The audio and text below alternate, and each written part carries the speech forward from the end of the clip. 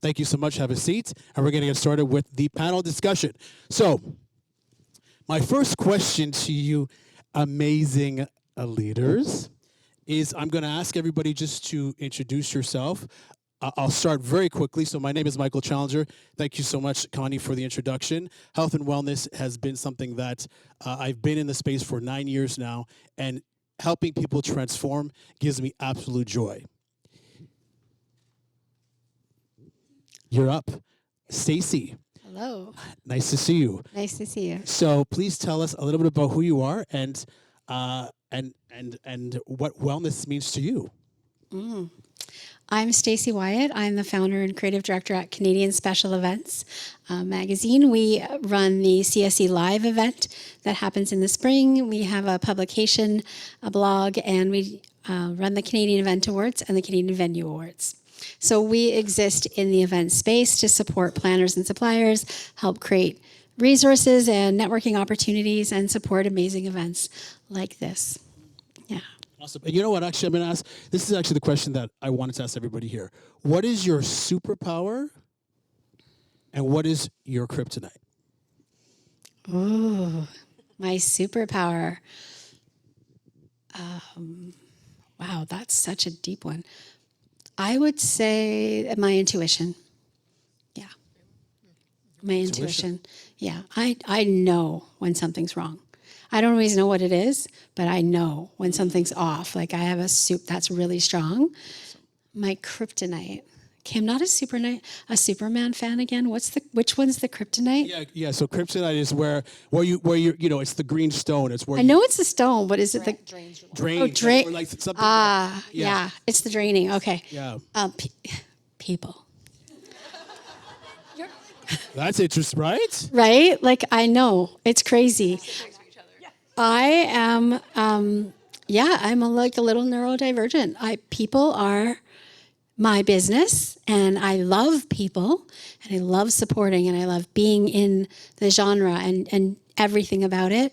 But at the end of the day, it takes my energy away from me. So I just have to, I've learned to, what I need to do for myself to be back and to heal. And with my good friend Julie and her Arbonne products have been so helpful. But yeah, we'll talk about that later. No, but that's yeah, very great. That's very great. And you wouldn't know, right? You would never think that somebody in the event space actually people drains her. So very fascinating. No, but that's, thank you for being honest. Yeah. Thank you so much for being honest. We have Julie. So Julie, please introduce yourself and tell us your superpower and your kryptonite. Thank you so much, Michael. And thank you, Connie, for having us all gathered today. We're so grateful for you. So thank you. So my name is Julie Danilov, and I am the co-founder of Cirque Revolution Events. We're actually a circus company. We've been running for the last 16 years. And the last 14 of those 16 years, I've been a very proud Arbonne independent consultant. And the reason why I got into that business is because I was terrible at looking after myself, and my wellness was basically a train wreck. So I would say to that effect, I'm so grateful to be able to operate not only in the event space, but also in the wellness space. And superpower, I would say, is energy, because anyway, if you know me. And then I would say kryptonite for sure is, you know what, Stace, I'm a situational extrovert also, right? Like I think that's a lot of us in the events world. We're situational extroverts. So we can be here. And then after it's done, it's like, and stare at a wall. You know what I mean? Like a little bit. Because we have to, that being on is quite draining. Right. And so especially us with show business, it's quite the effort. And I would definitely say, and I don't know how to say no when it comes to like output of energy. And so definitely been honing that with my Arbonne journey over the last 14 years. Working on honing, right? Exactly. It's a dynamic process. It's not static. That's right. Yeah. Right. Thank you so much, Julie. Next, we have Carly. Hello, Connie. Thank you for having us. So I'm Carly Silberstein. I run a few different companies in the event space. One's an investment company trying to support and uplift others within this space, very much event tech focused right now. And on the other end, it's an event consultancy. So if you want to unpack your biggest event challenges, call me. My biggest What was the question again? So superpower. My superpower, okay, Stacy and I should be sitting next to each other. So people, I would say, are my superpower. I could sit here and chit chat with you, not at you, literally until 4 o'clock this morning and wake up and come to see me at 7 a.m. And not think twice about it. So I would say people and talking and just filling each other's cup with meaningful conversation and connection.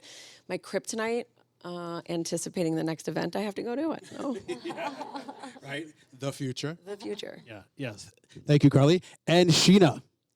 Hey everyone. First off, Connie, thank you so much for having me as a speaker. So for those of you who may not know me, my name is Sheena Yapchan. I am a keynote speaker, author, podcaster on confidence, leadership, and visibility. Growing up in Toronto in the 90s, was not always easy. Being Asian and not seeing that in the media. So for me, representation is really important. Visibility is so important. This is why I do what I do. I have written 3 books. One of them you have in the gift bag. My 2 other books, one's called The Tao of Self-Confidence, which talks about the importance of working through your traumas to show up as your best self, which is really important in wellness. And then my second book, which just came out 3 months ago, is called Bridging the Confidence Gap. Everything really started with my podcast, where I've interviewed over 800 women on the topic of confidence. For me, it's so important for women especially to show up in these spaces, in every space, because according to the World Economic Forum, they said total gender parity would be achieved at the earliest in the year 2158. And I don't think anyone wants to wait that long, do they? No. So this is why spaces like this are so important, and wellness is so important in our own journey as well. And when it comes to superpower, I think resilience is my superpower. I'll just keep moving forward, even if I fall down, get rejected, eat my feelings. So I think it's something that it's part of in my family, that resilience is just something that we have. My kryptonite is procrastination. So I can procrastinate like there's no tomorrow. Yeah, we get that, right? Thank you so much, Sheena. So I'm going to ask you, the first question is, wellness is often talked about, but not always practiced. How are you currently protecting your own wellness, especially in an industry where it's ranked among the most stressful? I'll start with you, Stacy. How am I protecting my wellness? So I think for me, it goes back to learning about what drags my energy out of me, right? And that took a really long time, actually, to figure out. And I know Julie's been right? This is a strange couch. I can't see you. Julie's been kind of there along my journey, so she kind of gets it. It took me a really long time to figure out, what was wrong with me. Not that there was, anything wrong with me, but I just felt so unwell for a really long time. And it took a really long time to figure out what it was. And it wasn't people. It was people. It was just that I was not managing my own energy resources. I know a lot of other things led to that, led to unwellness and led to unhealth and immune system, because I just at the core did not know how to manage my own internal energy store. And so now I do things, it's a journey. I'm learning. I eat better. I know what I can and can't eat. But primarily I turn off. So I do something called Silent Sunday. Nice. And so Sheldon says I should, what did you say? I should patent it. Yeah. So on Sunday, I don't talk at all for 24 hours. Nice. I do not speak. Now, I'm not going to lie. It doesn't always work because my family and friends are jerks and don't respect it. And they text me, and I will speak to the animals, and we have 4. But I don't do anything that would require the neurons in my mind to fire and form a thought. Beautiful. And it's really hard to do. But you can train yourself to do it. No texting, no speaking. And it's mind-blowing. So that's my recharge day. And when I get to do that, it's fantastic. And I only take meetings on Tuesdays and Thursdays now. They're packed from 9 in the morning till 7 at night, but the rest of the days is just deep work. No, very powerful. And so just to continue what you were saying, so even with Julie sitting right beside you, would you consider it more of what was missing in your life versus what's wrong? No. I would say it was wrong. It was just, there were things that I just didn't, you don't know what you don't know. That's right. You just know you're like in a world, okay, I was that person that wore that badge of honor. Oh, so busy, swamped as a badge of honor. Like it was some sign of success. Oh my God, I'm so swamped. That's horrible. That's the worst thing you could do, but I was in that world. So I just was working and living and moving and running and didn't even stop until I got sick. And then I had to sort of reset, and this was just part of it. Very cool. Yeah. Very cool. I'm gonna pass the question to Carly, because Carly is definitely, I would say, somebody that I think everybody should hear what she has to say when it comes to wellness, because she and I, prior to this conversation, she has her own definition of wellness, and I really think it's cool. And I would love for you to impart your experience. So, would you like me to repeat the question? Sure. Okay. So, wellness is often talked about, but not always protected. How are you currently protecting your own wellness, especially in an industry right among the most stressful? So I have an actual answer, which I can share after, but I think what you're getting at, Michael, is that when I was invited on this panel, I said, Connie, I love you. I'm grateful for the opportunity, but I don't know that I'm the queen or like the quintessential wellness advocate. I go to the gym, I try to eat well, but I'm the person that's drinking the 5th glass of wine and dancing and shutting down the dance floor and waking up to do it hungover the next day, and I will own it. And I've never missed a deadline. Yeah, but right? And I have never missed a commitment. I've never said, oh, I'm too hungover, I can't make the meeting. I've always showed up, but I'm still the person that's maybe low on energy because I didn't go to sleep at midnight like I should have. So like I said, I was the anti-wellness, not because I don't believe in it, but because the stereotypical definition of health and wellness, I think in this era, is not necessarily what I think. I want to dance. I love to feel the music in my soul, like the decibels, like when we were saying the alphabet really loud, like I felt something. I want to hear the music in my soul, in my ears, and I want to be surrounded by my best friends, the people who I want to connect with. And I want the 5th glass of wine because I like it. So I don't know. Was that the answer you wanted? No, listen, that is the answer, because there's authentic people in the audience that resonate with that, right? But Find me on the dance floor. But if you were to improve your wellness, what do you think you would add to your current lifestyle? So the more appropriate answer, which is also true, is that, and I recognize that I work for myself, so I have a privilege, and I think what everybody, regardless of whether you're an employee or solopreneur or whatever, is like control what you can control. And so I don't take a meeting. There are exceptions. I have taken 7 a.m. time zone different meetings. I try to carve out my 9 to 9:30 so I can walk my children to camp or school depending on the season, because that's meaningful time for them and for me to feel connected. Doesn't mean I shut off right at 5. My day isn't a 9 to 5, but I make sure to carve out the time to, one, walk, get my steps in. I'm a 10,000 a day step gal. Walk my kids to school, try to pick them up, go to the gym at the lunch hour. So like I do the health and wellness things, but for me it's more about setting those boundaries because I can. But those are the things that I do for wellness. And boundary is a big thing for you. Yeah, boundary. Very, very cool. Which has not always been the case. It will be another answer, but yeah, but in a future question. So I'm gonna actually, let's pass it to Julie. So this is the next question for you, Julie. So leadership resilience is not just about bouncing back; it's about sustaining. What's one non-negotiable boundary you've had to set to protect your energy or leadership style? One non-negotiable boundary, I think, is always that morning routine for me, for sure. So my morning routine, it took a long time to get here, but I'm just going to share it so that maybe it's helpful for others. So my husband and I, we wake up 5 a.m., we're out the door by 5:20, and we're sunrise. He likes to take pictures, but we walk. So it's usually about an hour. So we'll do that, and that is a non-negotiable. We get to have a conversation because sometimes we can't have a conversation for the whole last 24 hours. And then we go about the day, healthy breakfast, protein shake.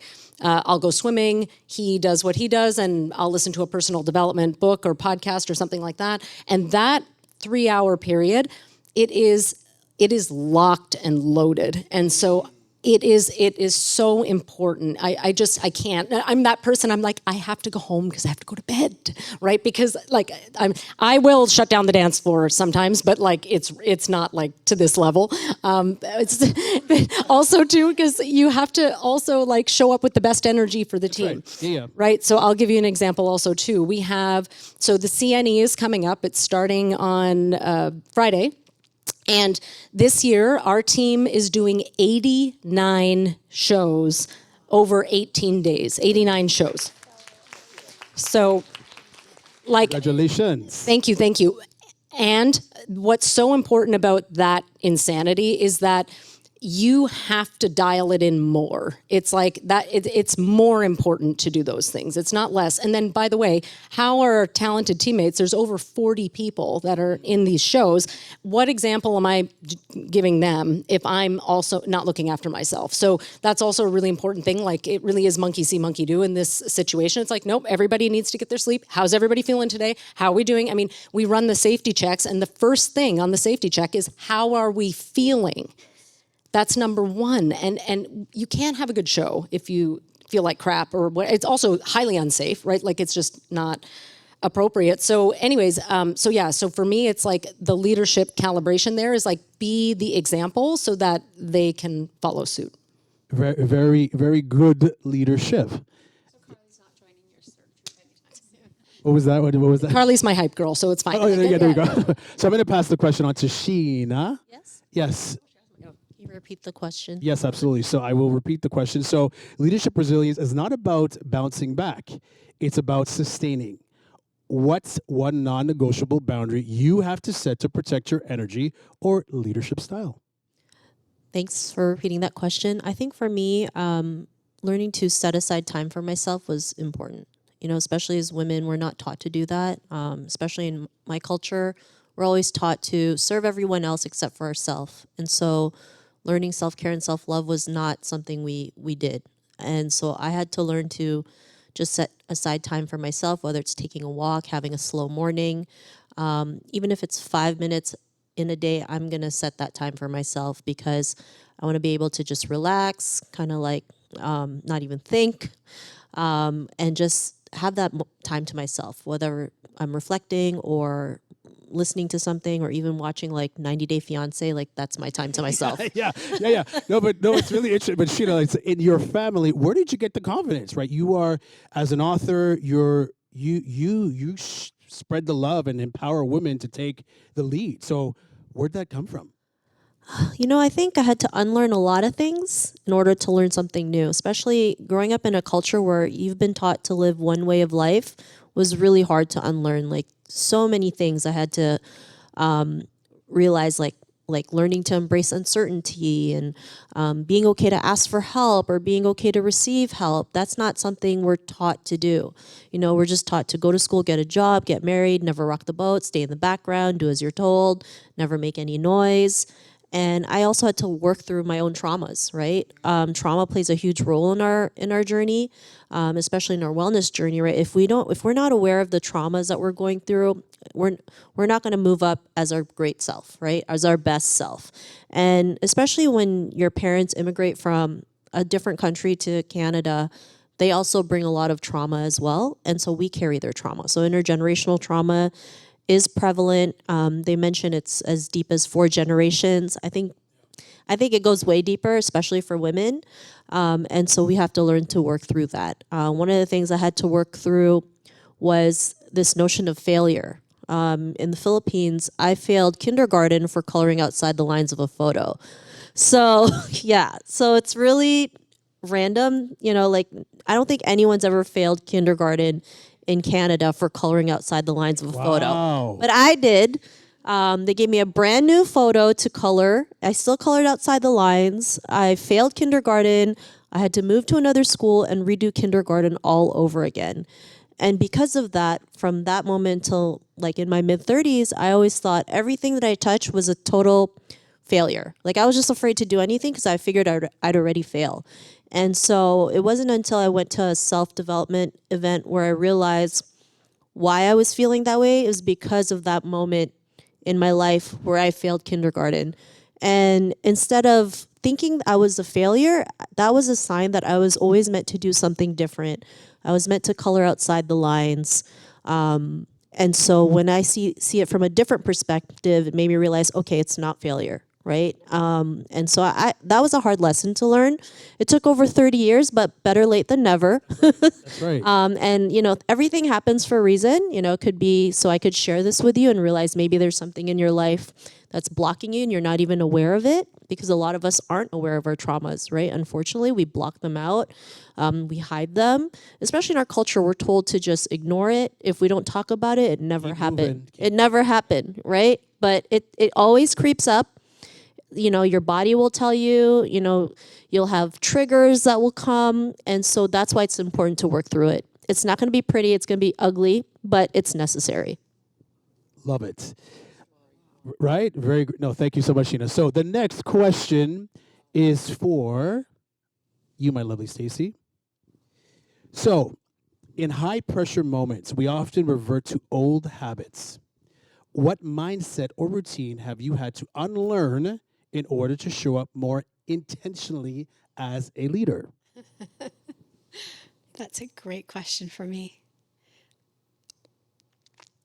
I've been in the industry for over 20 years. I know I don't look it, but this is an ugly story.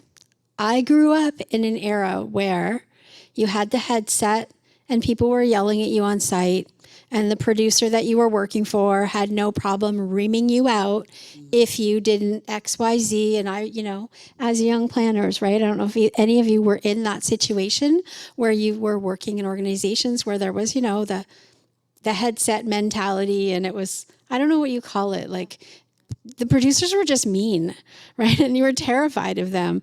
And that's kind of how I learned events, what events were and what the world was. So when I was early on in my industry, I just emulating that. And when I got my own, I got the headset and I put it on. I was kind of a bitch.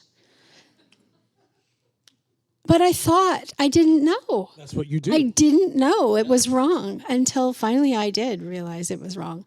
And then having spent 12 years as director of events at a university, whole different environment mindset that did not work there. And I learned very quickly a completely different way of working. And so that journey from that world of where I came up in the industry to the world of academia, where mind your P's and Q's and everything is a thank you and a yes, which is lovely, to then moving into, the space where, again, with lovely friends like these who are just at the same level, and kindness and gratitude exists everywhere. I just sort of found that place.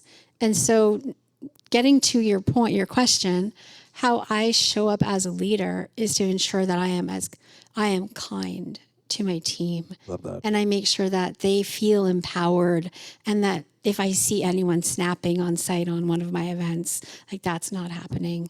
And I tell them they can't and they don't have to, and that we're all in this together. And I really empower people from underneath.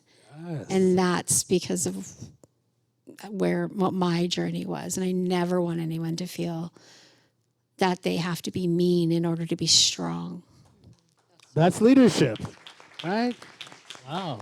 Thank you, Stacey.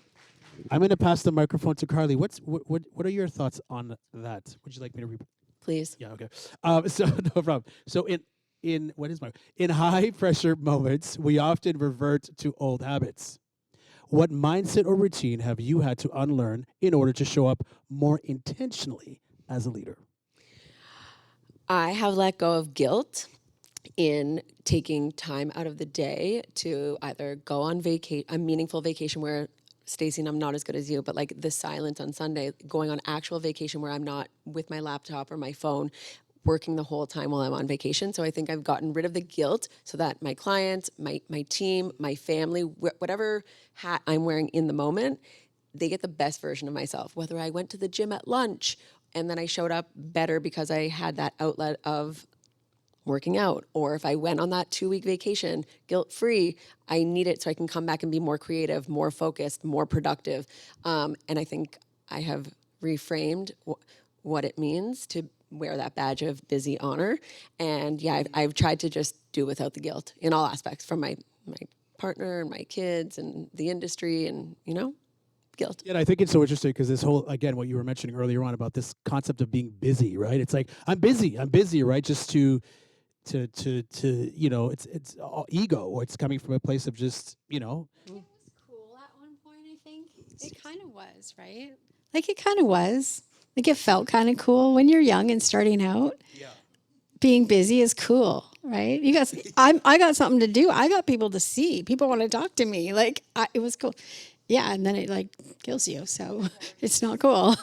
Yeah, then priorities change. You have kids and you have life, and you get over it, right? That doesn't mean it's wrong to be busy. It also doesn't mean, I want to be really clear, it doesn't mean that starting out or wherever, like you can be young or you can be older starting out, it doesn't mean that when you're in that go-go hustle that there's anything wrong with that. It's still cool, right? Like you can, don't not be busy. Just don't kill yourself for it. I think that's right. Well, we're chasing the idea of just being busy to be busy. Yes. Right? Is that what we're saying? I think so. I mean, I think as a badge of honor, it was just what you said. Like, everybody said it. And then one day you're like, why am I saying this? And I haven't mastered what Carly has mastered. Like, I get a Sunday. Like, I still haven't got to the 2-week no laptop thing. So kudos, friend. But that's, yeah. But even this summer, people, like, those who know me know I had a major, like, career trajectory change earlier this year. So they're like, how are you? And I'm mindfully about to open my mouth and be like, you think I might not be busy. Am I about to open my mouth and say, I'm busy? I don't care if you think I'm busy. Like, I'm trying to reframe, like, I'm happy. Right. I'm passionate, and I'm busy to the extent I want to be. Ask me if I've worked a Friday since May. No. But do you know what I mean? Like, but I'm opening my mouth to say the thing I've always said. I'm busy, but now I'm okay. Like, I'm not busy, but I'm equally as happy, if not more. We need a new word. Like, we need a new word. Yeah. What's the new word? What's the new badge? Purposeful, intentional? We need a new word. Okay. Okay, so we'll think about that. So once we're done with the panel, let's think about the word. Instead of saying we're busy, balanced. Did you say well? Empowered. Okay. Amazing. Oh, moving. Sorry. You said moving. Moving. I'm moving. Okay. Okay. Next question is for Julie. So, many of us wear multiple hats as founders, creatives, and caregivers. How do you define success now, and how has that definition evolved over time? It's such a great question, Michael, because all of us have varying responsibilities as far as aging parents. Maybe we're looking after children as well. Maybe we're helpers to other people in our family who have young ones, et cetera. And I think it's really important that we are modulating and adapting to our time frame in life. Because the thing that worked for us maybe when we're 20 is, well, I'll just speak for myself, doesn't work in my 30s and sure as heck does not work in my 40s. So it's really important to have the mindfulness about what is my actual situation, what's my capacity, and where can I find equilibrium in that. I heard a great quote once. It was something like, balance is when everything in your life takes a turn, everything important in your life takes a turn being a priority. So you can have many priorities in your life and many important aspects, health and well-being, maybe it is a family member who's not doing well, et cetera. Like, you have these different priorities, and you can put that focus, time, energy, and attention onto those various things in a way that creates equilibrium for you. Designing it to match where you're at. It's so important. We have to. It can't be a one-size-fits-all. I think that's an important wellness message too, because we see all these prescriptions. We see all these like, oh, do this, whatever, for however many days. And it's like, that's amazing. And I do agree with like the kickstart. I think that's important. and what are the lifestyle things that are actually sustainable for me right now in my life today, not, 10 years ago, something like that. So I think that's important. No, very good, very good. Thank you so much. And it's wonderful because of the world that you're in with circus and being a parent. Yes. Actually, I'm not. I babysit my sister's three kids quite a bit. Yeah. So my business partners, so it's me, my sister Elisa, my sister Sam. We're business partners in all of our businesses. But anyways, and Elisa has the 3 kids. And so it takes a village, as they say, right? Yeah. So and aunties involved. Yes. Oh my gosh, they're the best ever. No, very good. Thank you so much. And I'm going to ask the question to you now, Sheena. Would you like me to repeat Yes. that? Yes, of course. No problem. So, so many of us wear multiple hats. As founders, creators, and caregivers, how do you define success now, and how has that definition evolved over time? Yeah, I mean, back then success was having the fancy car, the fancy house, the fancy job. I had all that and I still wasn't happy. I always felt there was something missing, that I was meant to do more. It took a leap of faith to go into that, right? It wasn't easy, especially when you have friends and family who don't understand that you're going in this path that's less traveled, that's not always easy, that has more bad moments than good moments. But I think my definition of success is really doing the things that makes you happy, right? It's not about titles. It's not about, who's at the top. It's really doing what you love. Like, if you want to live in the middle of nowhere, then do it. If you just want to work at a coffee shop, do it. Because for so long we've been ingrained this definition of what success looks like, especially now with social media too, right? You see a lot of people with the fancy cars, the fancy vacations, and those are great, but sometimes that's not always the truth, right? It's very surface level. We don't really know what goes behind closed doors. A lot of things are filtered. We don't, not realizing some of these people are in debt trying to keep up with the Joneses. Yeah. So this is why, observing that, I realized, you have to live life for yourself, because life is so short. You don't know what's going to happen. We could be here today, and honestly, we could be gone tomorrow. We really don't know. So this is why it's important to just live life on your terms, whatever that looks like. If you want to travel the world, great. If you want to start a new hobby, great. If you want to start a business, just do it. There's no expiry date. You can literally start today if you really wanted to. So that for me is success, just being able to do the things that you want to do. No, I love that, Sheena. And actually, right, it's beautiful. And I actually had a chance to speak to, where's Stephanie? There she is. No, but I know she's like, hi. But Stephanie and I had a chance to connect, and I said, oh, so what are you up to? And she said, she's like, I'm from Toronto, but I live in Costa Rica. And I've been living in Costa Rica for 9 years, almost 9 years. And I was like, that's success. I'm like, however it works, and which, with her kids and being able to connect with her family here. I mean, that's, she found her own way, and it looks like you're living the life, right? So it's just really cool to. I went to her house in Costa Rica. She is living the life. Yeah, exactly. And I'm visiting you, Stephanie. So just so you know. Okay, so this is the last question for each and every one of you. Okay. Okay. So last question is, as we close our conversation, okay, what is one piece of advice you'd love our guests to walk away with?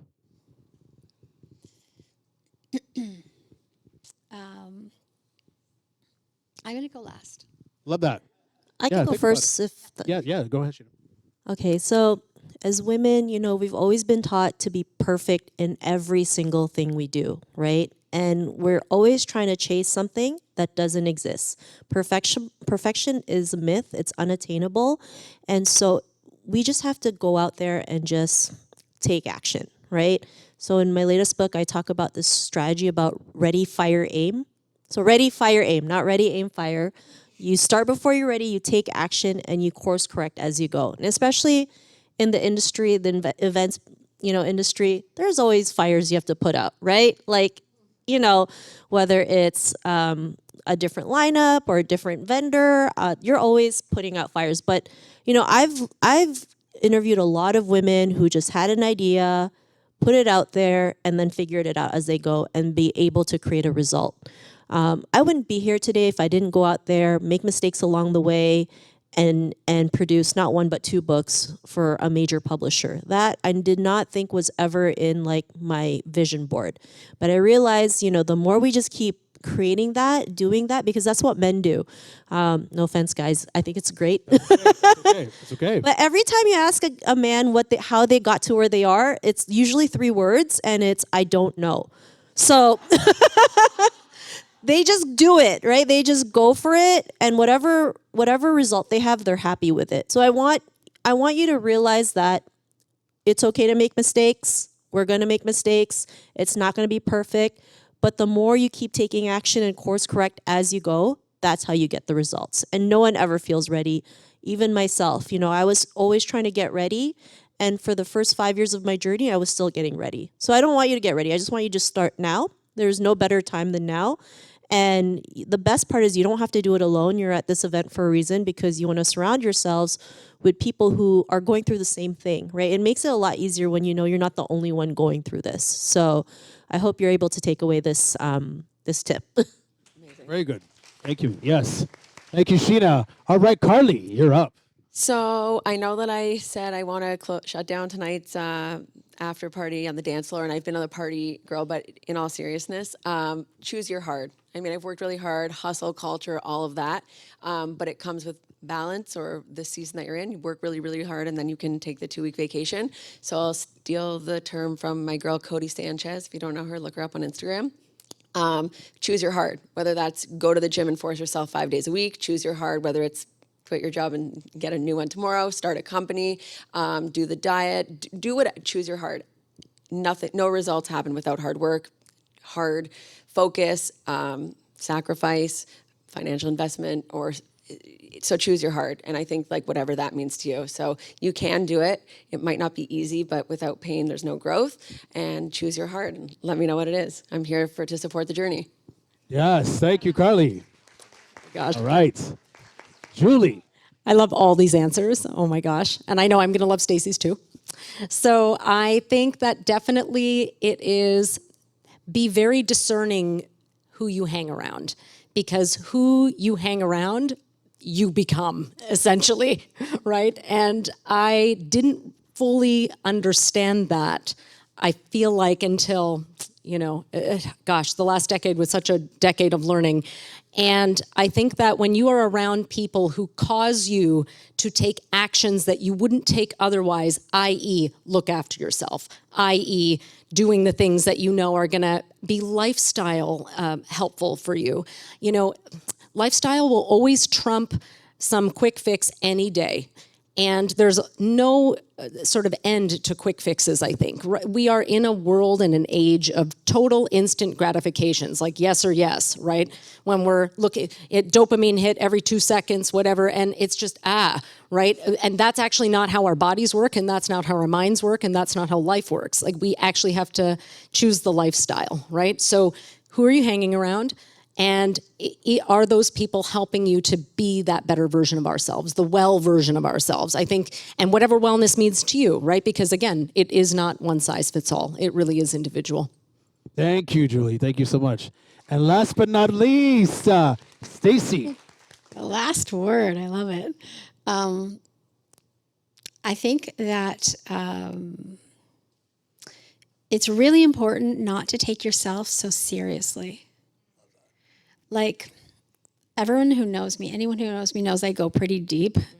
What I mean by that is, like, you can look around the room right now. If you literally just do it, just look around, look at the person next to you. You have no idea what happened to them this morning. You have no idea if they lost their mother last week, if they lost a dog, if they graduated from a course they've been taking, if their dog is missing. Like, you just don't know what they're dealing with. They could have an internal illness. They could have something going on. They could be going through divorce. Something good, something bad. Like, you can't judge people, and you can't judge yourself. And we do that. We look around. In this industry, we do. And if you say you don't, you're not telling the truth. We do, right? What are you wearing? What's she wearing? Who does she know? How come people are talking to her? How come she's got more Instagram followers? How come more people liked her LinkedIn post? Nobody liked my LinkedIn post. I got to take it down. Like, how many links did they? Yeah, I mean, I live with LinkedIn guys, so I know. We are so hard on ourselves from everything. My shoulders are showing. Look, no, like, you don't know. She is just as beautiful as you are, and he is just as beautiful as you are. And you're inside your heart, that's all that matters. And this is just a job. So, like, don't let this get you down. Don't take it so seriously. Enjoy every minute of every day. We have lost some people in this industry in the last few years who we loved dearly, and we've all lost people in our lives. And it was because they worked themselves to death. I'm not going to lie. It's because they're gone because they worked themselves to death, because they took it too seriously. They didn't care. They cared about everything. They were amazing, but it was just they did it wrong. And so just, yeah, you don't know if you're coming back tomorrow. So just like love every minute. It was so hard for me to learn that. I did an apology tour of my own for a while when I transitioned into being a better human. And from that day forward, like, yeah, just love every minute of your life that you can. Stacy's pretty awesome. All these women on the panel are really, really awesome. And I just want to, again, give it up for Stacy, Julie, Carly, and Sheena, please. And thank you to Michael as well for emceeing. Thank you. I know we're almost at the end, but I got a message and we have some questions. So I'm going to pass the mic over. If you have questions, raise your hand. I'll try to pass it to the next person as well. Can we take some questions? Yeah? Okay. Hi, everyone. This is Harpreet with JPDL. I mean, I know all of you. You did a fantastic job. So I had a question, and I respect if it's too vulnerable, but I would love to hear it if you're open to it. Can you share what the TSN turning point was when you decided to set your boundaries? What was it that made you get to that point where you're like, you know what? I have to change things. This is how I want to live my life. Are you asking me? I'm asking all of you. All of you, sorry. I'm like looking at you. Or maybe choose one of you to answer it because we have less than 15 minutes and I still have 20 minutes. I'll give you a 2-seconder because I talk long. For me, I got physically ill. I got sick and I couldn't function. I wasn't dying. I didn't have cancer, but I was just, I was broken down, like reached the end, burnt out, whatever you call it. I couldn't anymore, and I had to find a different path. And it didn't happen overnight. It took years. So you have to, I think sometimes you have to hit rock bottom before you're willing to pick yourself up. And hopefully that you don't get there, right? That's what these are for. That's what this is for, to say, stop, don't get there. You go next, Carly. I don't think that there's a TSN turning point per se. I think that it was a lot of little things that amounted into something that felt real, and the signs. Again, if you know me, I'm not really into woo-woo things, but it was a lot of like little things that amalgamated into one. And I was like, okay, I think that the world or my circumstances amalgamated into this moment where I have a choice to make. So I would say it was a lot of little things. And then finally, I just, my intuition and my courage and confidence and resilience and all of those things came in to like propel me forward and make a decision and a change. And here we are. For me, it was in 2011, my aunt passed away from a horrific accident. And she was able to do a lot of things in her 50s that most 20 and 30-year-olds would want to do. And of course, at that age, you have other people telling you, you're too old to do that. Why would you do that? You got to be careful. She would go scuba diving, like rock climbing, traveling the world, like really live her life. And, her death made me realize, like, I could die tomorrow and regret a lot of things. And so for me, that was the catalyst of like, okay, I need to do something different. I need to do the things that I want, or else I'm going to live life full of regrets. Like, I can honestly say if I died tomorrow, I have no regrets at all. It's good and bad. It's good and bad. It's good that I've been able to achieve it. It's bad because sometimes you don't have a drive for anything, right? So, but yeah, that was the turning point. I just didn't want to live life full of regrets. I love all these answers. They're so good. Yes, we need to hear your keynote at the next opportunity, Sheena. Totally. And Harpreet, thank you for asking that. For me, it was 14 years ago. I woke up in an ambulance after I had finished a 24-hour event shift. So we had like 20 costume changes, 50 people in the show. It was I was insane. Is anybody else nuts when they're on an event site? Like absolutely batshit. Yeah, exactly. Like totally over-indexing on everything.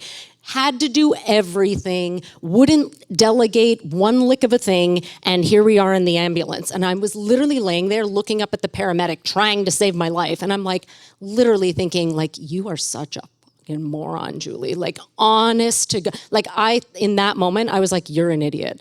Because that was so, like all those red flaggy things, like it's like dying, that's worth it? Like, come on, not, right? So thankfully, 2 months after that, I got in a group of people who they were like, you need to change what you're doing here. And I didn't even know what that meant. And then anyways, enter Arbonne, and here we are 14 years later, right? And so that's why I say the people you are around actually make such a huge quality of life difference for you in your life because they help you be better. And I realized in that moment, like I am failing. Like if I do this again, I'm dead. So, and same thing, like mortality really, it smacks you in the face. And I think we don't have to be in that rock bottom. We can just learn from each other, let other people's hindsight be our foresight, and just go from there. So anyways, thanks for asking that, Harpreet, because yeah, the ambulance, like theatrics, right? Like that stays with you forever. So thank you, sweetie. Yeah. Love you, sweetie. Do we have time for one more question? Do we want one? Does anybody have one last question? No, thank you. I wanted to make a request. Is it possible if we can take a selfie with the crowd? Yes, please. With everybody? Sheena, you got the camera? Kind of like, Speakers over here. I'll take a quick selfie with everybody. With everyone kind of like squeeze in a little bit. Yes. Get in, Harpreet. All right. Say cheese. Oh, wait. We'll bring everybody. Yeah. Everybody come in. All right. All right, guys. Say cheese. Cheese. Nice. Hey, Sheena, send that to us. Yes, I'll share it. All right, my friends.